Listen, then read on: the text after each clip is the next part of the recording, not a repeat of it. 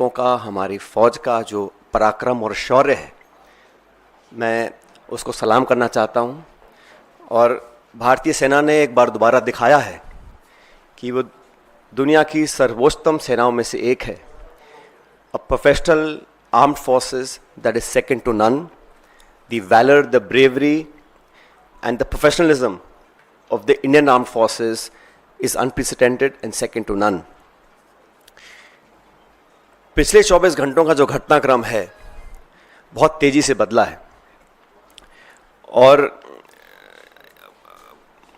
हम सबको बड़ा आश्चर्य हुआ जब सीज फायर की जो घोषणा है वो अमेरिकी राष्ट्रपति ने करी। ये शायद पहली बार हुआ है कि इस प्रकार की सीज फायर की घोषणा सोशल मीडिया के माध्यम से अमेरिका के राष्ट्रपति करते हैं। और जो उन्होंने अपने सोशल पोस्ट पर लिखा है उस पर भी हमको ध्यान देना चाहिए।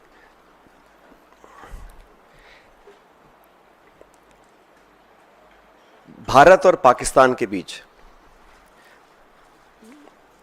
जो मसला है उसका अंतर्राष्ट्रीयकरण करने का जो एक ये नया कदम हम लोगों ने देखा है, ये बहुत आश्चर्यजनक है। और कांग्रेस पार्टी बहुत लंबे समय से इस मांग को करती आई है कि हम लोगों को पार्लियामेंट का एक विशेष सत्र बुलाना चाहिए।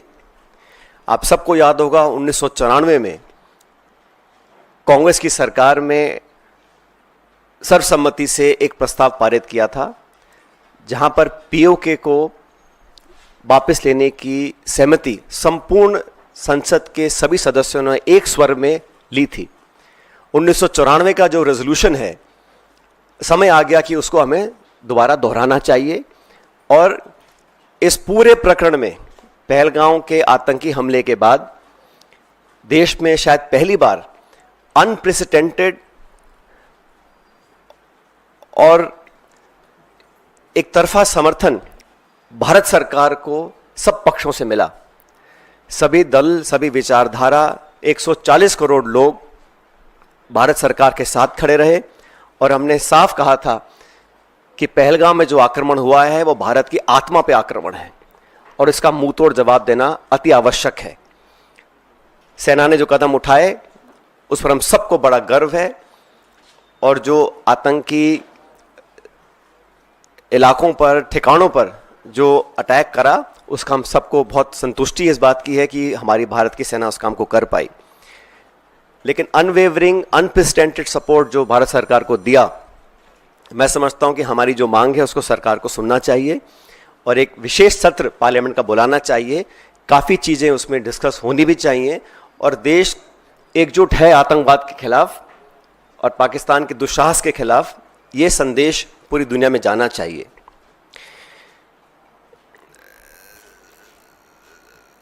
साथियों, जब ये घोषणा मीडिया के माध्यम से, और मैं सिर्फ उन बातों को रखना चाहता हूं जो पब्लिक डोमेन में है, काफ़ी कुछ ऐसी बातें हैं जो हम सबको जानकारी में नहीं है, लेकिन जो पब्लिक डोमेन में है उसको देखकर लगता है कि बहुत से सवाल खड़े हुए हैं।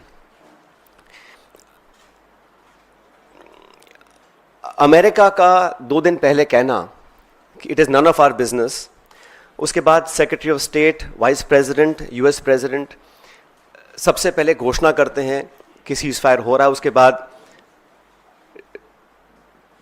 पाकिस्तान और भारत भी सीज फायर का ऐलान करते हैं। ये जो मीडिएशन है इसको क्या भारत सरकार ने एक्सेप्ट किया है और किन कंडीशंस पे इस प्रकार की घोषणा अमेरिका ने करी है, ये बहुत बड़ा सवाल है। उसमें कश्मीर का जिक्र किया गया है। सेक्रेटरी स्टेट ने बोला है कि एक न्यूट्रल साइट पर कश्मीर के मुद्दे को, और कितना गलत अमेरिका के राष्ट्रपति जी ने कहा कि हजारों साल पुराना ये मुद्दा है। वो भूल गए कि 76 साल पहले ये एक ही देश था, कोई मसला नहीं था, लेकिन उन्होंने कश्मीर के मुद्दे को उठाया। और मुझे लगता है कि ये इंडिया पाकिस्तान को हाइफनेट करने की दोबारा कोशिश की गई है। आईएमएफ का बेल आउट करना,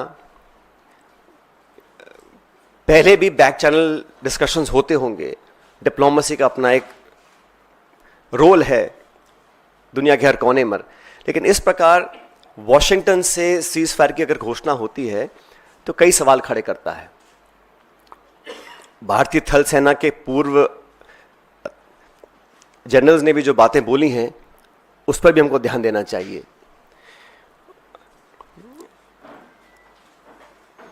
मैं मानता हूं कि सीज फायर की घोषणा के बाद जो कल बॉर्डर पर लगातार वायलेशंस हुए, गोले दागे गए, ये उस विश्वसनीयता को खत्म करता है। अगर सीज फायर हुआ है, अनाउंस हुआ है, दोनों पक्षों ने, डीजीएमओज ने बात कर कर सीज फायर की घोषणा करी है, उसके तुरंत बाद रात भर जो खबरें हमें देखने को मिली हैं उसमें निरंतर वायलेशंस हुए हैं सीज फायर के। इसलिए मैं मानता हूं कि हम लोगों को एक ऑल पार्टी मीटिंग बुलानी चाहिए भारत सरकार को, और जो पिछली 2 मीटिंग्स में नहीं हुआ वो इस बार करना चाहिए। प्रधानमंत्री जी को इस ऑल पार्टी मीटिंग में आना चाहिए और पूरे देश को कॉन्फिडेंस में लेकर सभी दलों को, क्योंकि सभी दलों ने अपनी विचारधारा को परे रखते हुए समय पर भारत सरकार को संपूर्ण समर्थन दिया था, और जो ऑल पार्टी मीटिंग्स बुलाई गई उसमें प्रधानमंत्री जी नहीं आ पाए थे।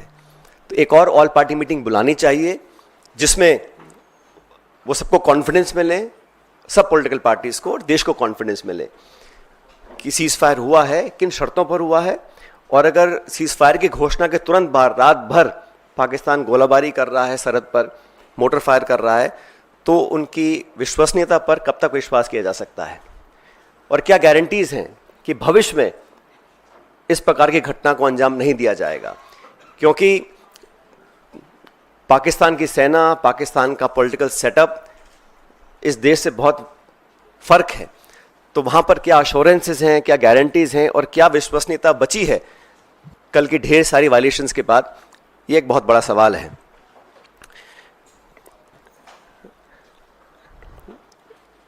उन्नीस में भी जब युद्ध छिड़ा था तो अमेरिका ने कहा था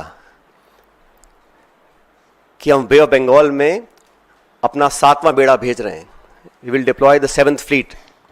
That's what the Americans said. But despite that, the then government and Indira ji went ahead and did what was in our supreme national interest. आज हम उनको याद करते हैं कि वो नेतृत्व ऐसा था जहां पर नेशनल इंटरेस्ट को सबसे ऊपर रखा गया। और आज भी आपको याद होगा जब पार्लियामेंट पर आक्रमण हुआ था, वाजपेयी जी प्रधानमंत्री थे, सोनिया गांधी जी नेता प्रतिपक्ष थी, सदन के पटन पर उन्होंने खड़े होकर कहा था कि भारत, पूरा देश और पूरा विपक्ष सरकार के साथ है, जो भी उचित कदम उठाना है उसको उठाएं और निसंकोच उठाएं, हम आपके साथ रहेंगे। उन्हीं परंपराओं को कायम रखते हुए प्रमुख विपक्षी दल कांग्रेस पार्टी और तमाम दलों ने, चाहे वो खरगे जी हों, राहुल गांधी जी हों, हम सब ने सरकार को पूरा समर्थन दिया था। लेकिन इस प्रकार जो सीज फायर की घोषणा अमेरिकी राष्ट्रपति करते हैं, कुछ घंटे के बाद उसको वेरीफाई पाकिस्तान और इंडिया करते हैं, तो कहीं ना कहीं इस कश्मीर मुद्दे पर भी जो स्टेटमेंट्स आए अमेरिका की तरफ से, उस पर सरकार को अपना पक्ष रखना चाहिए, क्योंकि ये बायलैटरल इशू है। इसका अंतर्राष्ट्रीयकरण करने की जो कोशिश की जा रही है इस पूरे प्रकरण के माध्यम से, मैं इसको ठीक नहीं समझता हूं। एक विशेष सत्र पार्लियामेंट का बुलाना चाहिए और कम से कम 1994 का जो रेजोल्यूशन था उसको दोबारा अडॉप्ट करें और देश के सामने स्पष्ट तरीके से कहा जाए कि no third party involvement will be accepted, it is a bilateral issue and it is India's and Pakistan issue, and no country including America should have a space to intervene in a bilateral issue. अब तक हमारे पिछले कई दशकों की जो foreign policy थी, जो स्टेटेड पॉलिसी थी, वो बड़ी स्पष्ट थी। उसमें कहीं मीडिएशन का, नेगोशिएशंस का, थर्ड पार्टी इन्वॉल्वमेंट का कोई स्कोप ही नहीं था, चाहे कोई प्रधानमंत्री हो, कोई सरकार हो। लेकिन जो अमेरिका का स्टेटमेंट आया है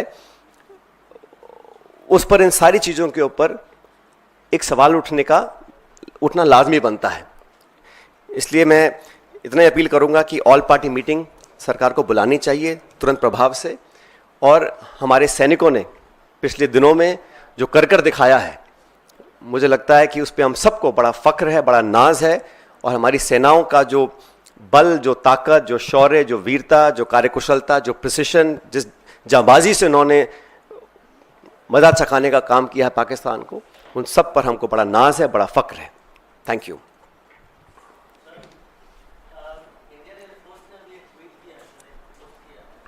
उसमें उन्होंने कहा है कि ऑपरेशन सिंदूर अभी जारी है और जो भी नेशनल ऑब्जेक्टिव था उसको उन्होंने पूरा किया है, लेकिन एक बड़ी बात यह है कि अभी जारी है ऑपरेशन सिंदूर। देखिए, आईएफ का जो सोशल मीडिया पे पोस्ट आया है, मैं उसका पूरा सम्मान करता